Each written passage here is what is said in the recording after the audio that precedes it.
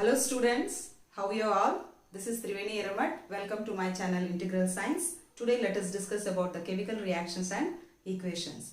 In this chapter, you are going to learn about what are chemical reactions, characteristics of chemical reactions, balance in the chemical equations and types of chemical reactions and effects of redox reactions in everyday life. So let us come to the chemical reactions. See, you may know that many changes that takes place around us in our surroundings. Like for example, dissolution of sugar in water, evaporation of water, melting of ice, ripening of fruit, and then rusting of iron. There are so many changes that takes place around us. Can we say that all these changes are chemical changes? Absolutely not. For example, evaporation of water. Can we say that it is a chemical change? Definitely not. Because in evaporation of water, the chemical nature of the water molecules remains the same whether it is in liquid state or in solid state like ice or in the gaseous state. But in the ripening of fruits, you can see that there's a lot of chemical changes that takes place in ripening of fruits, blossoming of flower and digestion of food, respiration. Let us take some more examples like photosynthesis, rusting of iron, and then cooking of food. These are all considered as a chemical changes. So all these chemical changes are accompanied by chemical reactions. So let us consider some more examples like burning of magnesium. So when we burn this magnesium in the presence of air, then it forms magnesium oxide.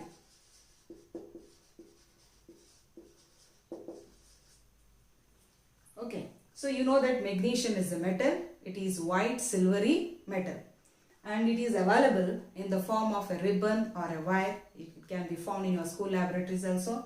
And when it burns in the presence of air, air means it is present in the presence of oxygen. So let us do it in a symbolic form. Magnesium plus oxygen, it forms magnesium oxide. It burns with white dazzling flame. So a lot of heat and light energy is evolved. So this is one of the example of burning of this is one of the example of a chemical reaction. So we can see that magnesium metal, when burns in the presence of oxygen, it forms magnesium oxide, which is white ash. And magnesium, it is a metal, it is in solid state. And you know the properties of metals. Metals are malleable, ductile, but here the magnesium oxide does not show any property of malleability, ductility or any property of metals.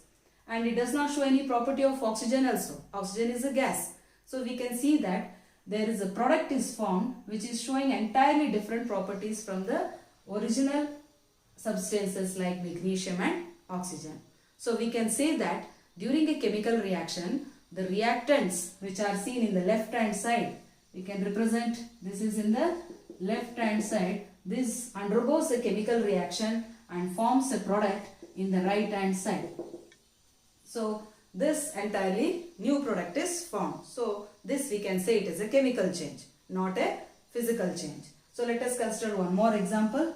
You know that hydrogen gas, when it is burns in the presence of oxygen, it forms water. It's a very good example. So hydrogen, you know that it is a colorless, odorless and explosive gas. So this is in gaseous state. Oxygen is also in the gaseous state. Oxygen gas involved in burning, whereas the water which is formed, that puts off the fire. So you can see that water is not showing any property of hydrogen or oxygen. It is entirely a new product and does not show any properties of the chemical substances, the substances which are involved in a chemical reaction. So this is another example of a chemical reaction. So then can we distinguish what changes occur in around us? Can we differentiate easily whether the changes are physical or chemical?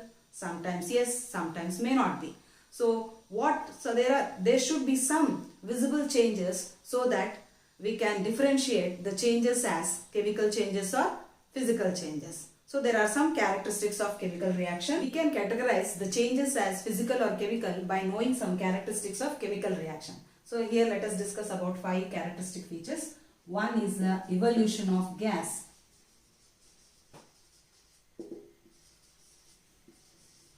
So in a chemical reaction, if the gas is evolved, then we can say that something the chemical change might have occurred. For example, let us take an example of when we place a metal, some highly reactive metals or moderately reactive metals. When you place the zinc metal in the sulfuric acid, H2SO4, sulfuric acid, then you will get a product called as zinc sulfate and then hydrogen gas. So how we can do this activity? Take a test tube, few ml or 5 ml of dilute sulfuric acid. This can be carried out in dilute condition also. Add little 5 ml of sulfuric acid in a test tube, place a zinc metal into it and close the thumb. Close the mouth of the test tube with the thumb. And you can see that there is an evolution of gases formed. So this gas is a hydrogen gas that we can test it by bringing a burning splinter towards it. It burns with a pop sound. So there is an evolution of gas. Bubbles of gases can be formed here. So we can consider that, we can say that there a chemical reaction has occurred. So one more we can take that, that is formation of precipitate.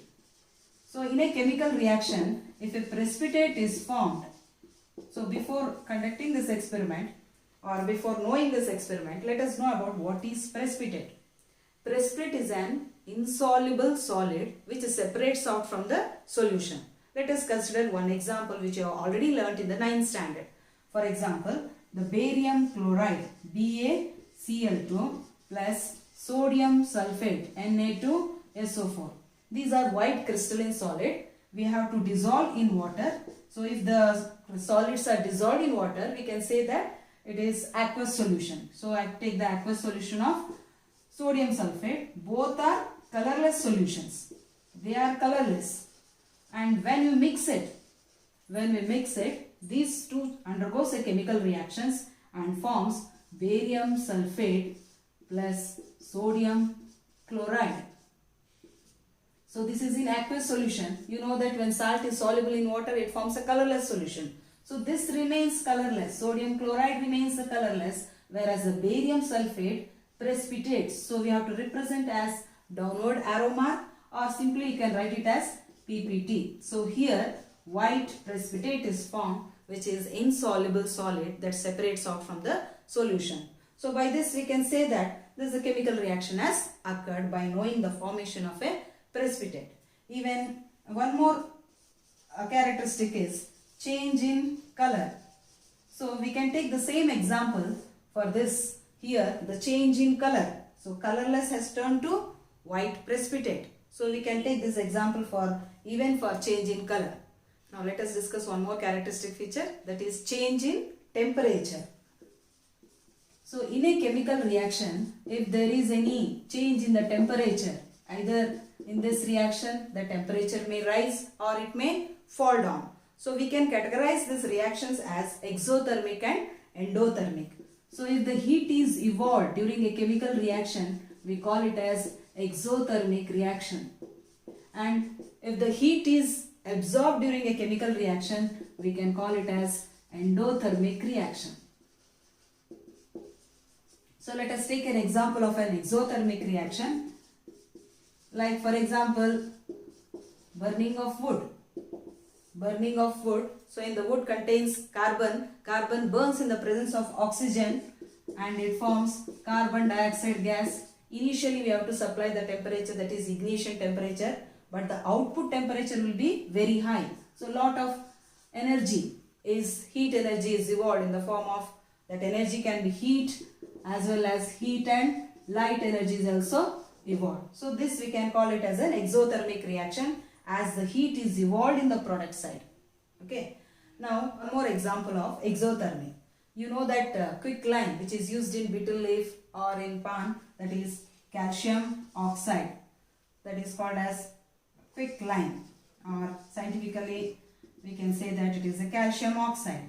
When we add water to it, calcium oxide plus water, it forms slaked lime, commonly called as slaked lime, calcium hydroxide. This is called as slaked lime. This can be used for whitewashing.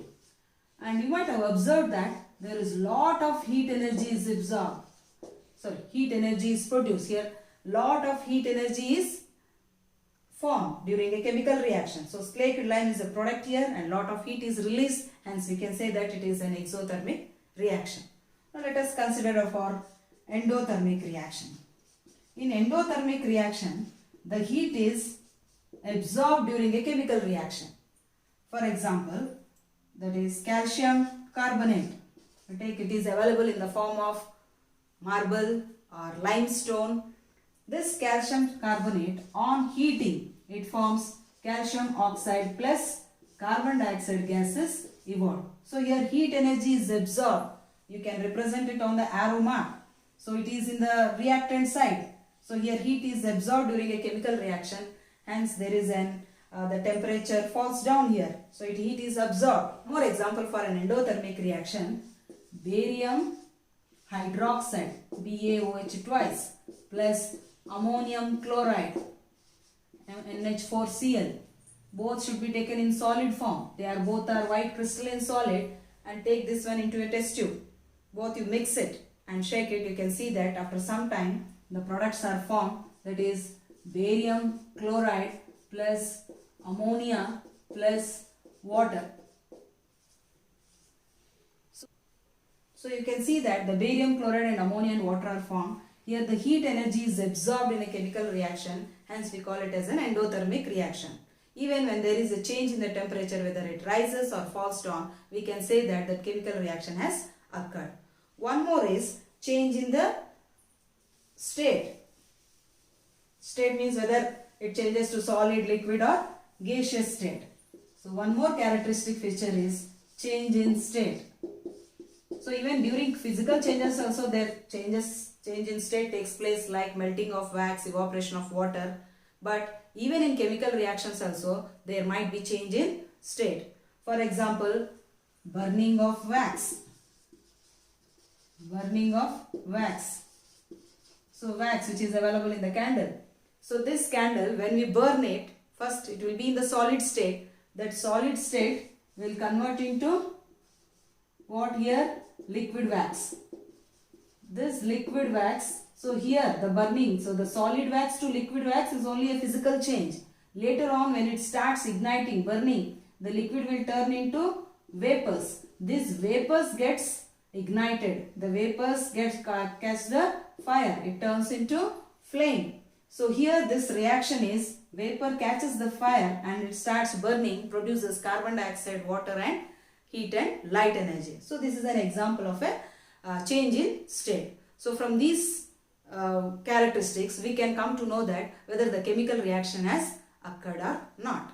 Now next is how to represent this chemical reaction. In what way we can represent in a chemical reaction. Just if you write a big long sentence like burning of magnesium in air, it produces magnesium oxide. So it is a very long method. So we have to make it in a very short method or in a concise way. So this method we can use it as chemical equation method. So in the chemical equation method, we can represent the chemical reaction in a simple method, call it as chemical equation method. For example, burning of magnesium in air. It is a very long sentence to write and it is very difficult to write also. So hence we can make it into a short form, like this can be represented in two ways. One is the word equation method, another one is the chemical equation method. So this word equation, in word equation we can write it as like burning of magnesium in air. Just write magnesium. So the substances which involved in the chemical reaction, we call them as reactants. So which are the reactants here? Magnesium, and it burns in the presence of air, oxygen. And what are the products are formed? So the products should be written in the right hand side. That is magnesium oxide. So here the product is magnesium oxide and energy is evolved. So this is a word equation and it is very easy to write. Still more to be written very easily, you can write it in chemical equation method. In this chemical equation method, we can represent this in a very simple way. Even this is little longer. You can make it still short by writing the symbols or the formula of the substances. What is the symbol of the magnesium? Mg plus oxygen. Oxygen is available in the air in the form of gas, that is O2. It is a diatomic molecule. And in the product side, magnesium oxide, MgO plus energy is evolved. So this is, you can compare, you can see that compared to this is more precise and more short, and you can make out that which are the elements are present, like magnesium, oxygen, magnesium oxide means what are the elements are present, you can come to know. How many atoms are present in that, it is very easy to find out. So this is called as chemical equation method. Is it sufficient? No, still it is not sufficient. So this chemical equation method, in this method, it can be more informative by writing that whether it is in which state. It can be made it more informative that magnesium is available in the form of solid state, oxygen gaseous state, and the magnesium oxide, which is the white ash, is formed, that is in the solid form, and the energy. So now it is more informative. Now still it can be made more informative by balancing it. Now how to balance it? You can see that balancing means what? Number of atoms present in the reactant side should be equal to number of atoms in the product side. The question arises is, why should we balance the chemical equation? In the 9th standard you have learnt about the law of conservation of mass. It means that mass can neither be created nor destroyed in a chemical reaction. It means that the mass of the reactants should be equal to the mass of the products. Hence, it has to be balanced. It means that number of atoms in the reactants of that element in the reactant should be equal to number of atoms of that element in the product. So, how to balance it? There is a very simple way is there to balance the chemical equations, and it is very important to learn whenever you write a chemical reaction, it should be balanced whether they ask or not. So, we have to learn this balancing chemical equation. So let us know how to balance a chemical equation. As we have taken an example like burning of magnesium in air, Mg plus O2, it forms magnesium oxide plus energy. So here in the reactants, number of atoms in the reactants should be equal to the number of atoms in the product side. Let us take that in a box way. We can write it as like here the element of, and then in the left hand side and in the right hand side of that element. So let us take here which are the elements present in the reactant side. Magnesium and then oxygen. Just represent it as oxygen. Here how many atoms of magnesium are there? So before balancing, we should not disturb this molecular structure or should not disturb these atoms or the molecules or the formula. So just place it as a box on this without disturbing the formula. Now see in the magnesium, how many atoms are there in the left hand side? Only one. Whereas in the right hand side, here it is 1 magnesium. And look at the oxygen. How many atoms are there? Here 2 are there and here it is 1. Now magnesium is balanced but not the oxygen. So you cannot disturb the molecule. You should not disturb the formula of the oxygen. So we have to just multiply it. So we have to make the product oxygen multiply by 2. Just you multiply by 2 here. So what will form here? Again 2O. So it has been changed to 2. Now for balancing this oxygen, now the magnesium has got unbalanced. So the unbalanced reactions are called as skeletal reactions. So we have to balance this magnesium. Now this has become 2. So we have to make it as here, place 2 here, then it becomes 2. So now both are balanced. So such kind of reactions are called as balanced reaction. An unbalanced reaction we call it as skeletal equation or skeletal equation. So skeletal equation should be balanced. So this is an easy way. One more example, we can take it as hydrogen when burns in the presence of oxygen, it forms water. Okay, you can use the same method like this, or by doing if you practice it, you can do it like that only. So now see in the left hand side, how many atoms of hydrogen are there? 2 are there, and here 2 are there. So hydrogen is balanced. Now look at the oxygen. Here 2 atoms of oxygen and here it is 1. You cannot write it as 2 here. It is entirely different because water is H2O. If you make it as H2O2, it becomes hydrogen peroxide. So you should not place always when you balance it, the number should be written as coefficient here only. So O2. So you cannot make it as O2. So here instead of that what we can do? We can just multiply by 2 here. 2O. So O2 and 2O. Now oxygen is balanced. Then now look at after balancing this oxygen, now see the hydrogen is unbalanced now. Here in the reactant side 2 and here in the product side how many hydrogens are there? 2 into 2. You have to multiply. 2 into 2, 4 hydrogens it has become. So make it as here 2. 2 into 2. Then 2 hydrogens, 2 2s are 4 and here 4. Now O2, 2O. If you make it as more informative, hydrogen is a gas, oxygen is a gas and the product is formed as liquid, that is water. So water puts off the flame. So this is one more balancing equation. Let us take one more example. Nitrogen when combines with the hydrogen, it forms ammonia. So N2 plus H2 forms NH3. You can use the same method like this. So what are the elements present in the reactant side? Here are the elements and here in the left hand side number of atoms in the left hand side and the number of atoms of that element in the product side, right hand side. Now nitrogen here and then 2 elements are involved. And how many atoms are present? Here in the left hand side 2, whereas hydrogen here it is 2. In nitrogen in the product side it is only 1, whereas the hydrogen here it is 3. See here both the elements are unbalanced. So how to balance it? So you cannot make it 2 as 1. You can multiply it in the product side. So multiply by 2. So what you will get? Here 2. So make it as, write it as 2 as coefficient. It becomes again 2 nitrogens. So nitrogen is balanced now.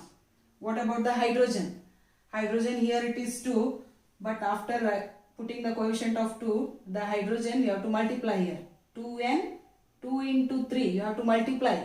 2 3s are, it has become 6 hydrogen atoms.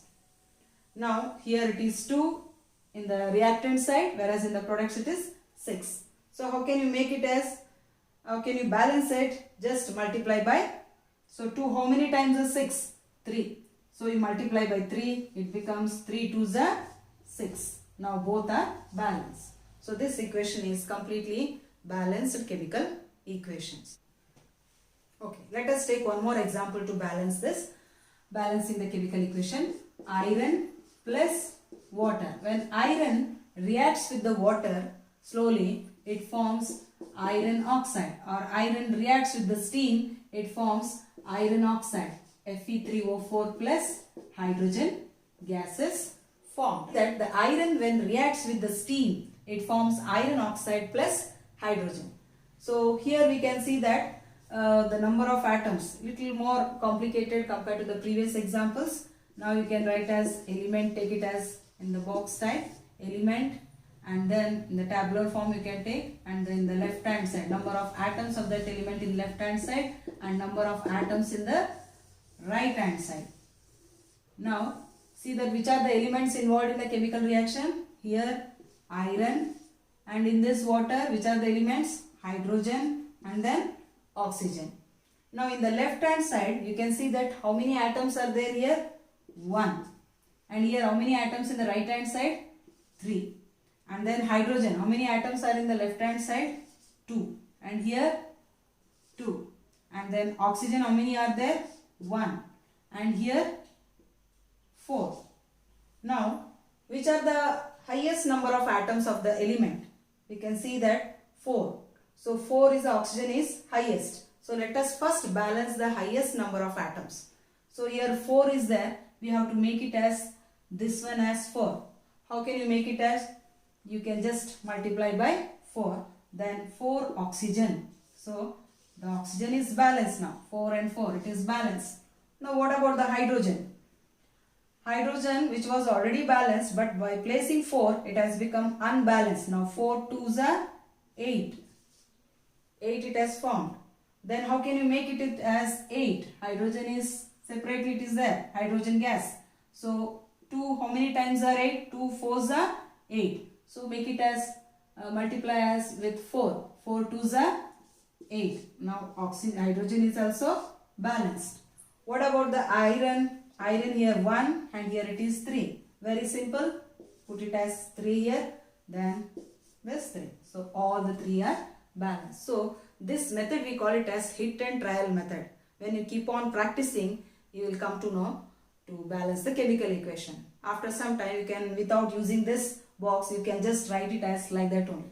Okay. Let us consider two more equations, that is respiration and photosynthesis.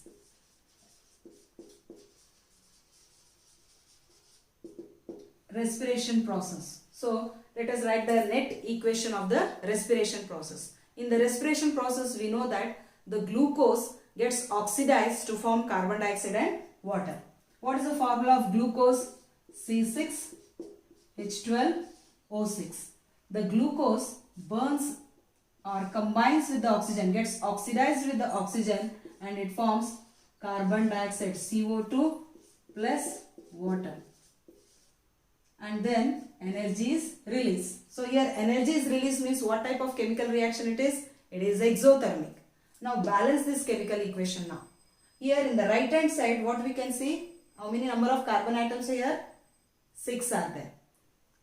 What about in right hand side? In the product side, only 1 is there. So make it as 6 CO2. Now carbon is balanced. Now look at about the hydrogen. How many atoms of hydrogen are there here? 12 are there, but here only 2. So you have to make it as 12. So 2, how many times are 12? 2 6 are 12 or 6 2s are 12. Now hydrogen is balanced. Now see about the oxygen. Oxygen, how many are there? 6 plus 2, 8 are there. Now in the product side, how many are there? See, 6 is meant for even for carbon as well as for oxygen. Oxygen, how many are there? 6 2s are 12, and here how many are there? 6. So 6O. So 12 plus 6, how many are there? 18 oxygens are there. 18 oxygen atoms are there in the product side. But whereas here 6 plus 2, 8 are there. So what we can do here to make it, you cannot change this. So let us change here oxygen. So here 6 2s are 12 plus 6, 18. 6 2s are 12 plus 6. So all the 3 elements in the reactant side as well as in the product side are balanced. Now one more you can take that. What is the reverse of respiration? Respiration is in the photosynthesis, which takes place in the green plants. So in photosynthesis, just it is an opposite of respiration, where carbon dioxide, plants take the carbon dioxide through leaves, through stomata of the leaves, and it takes the water from the roots and in the presence of sunlight. So here the conditions are there. See, to make it more informative, we have to sometimes in some chemical reactions the conditions have to be mentioned. So what are the conditions here? The sunlight and the chlorophyll. The leaf should be green. Only the green chlorophyll pigment can convert this carbon dioxide and water during photosynthesis and forms glucose, C6H12O6, and the gas is evolved.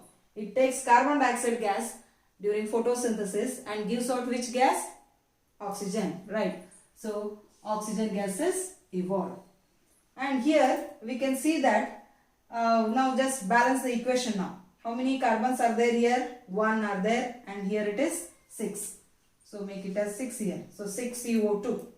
Now 6 carbon, say 6 carbon over, and then hydrogen, how many are there? 2 are there, whereas here 12 are there. So 2, how many times are 12? 6. So 6 2s are 12. So here also 12 hydrogens. Now what about the oxygen? 6 2s are 12, 12 oxygen plus 6O. 12 plus 6, 18. Here 6 plus 2, 8.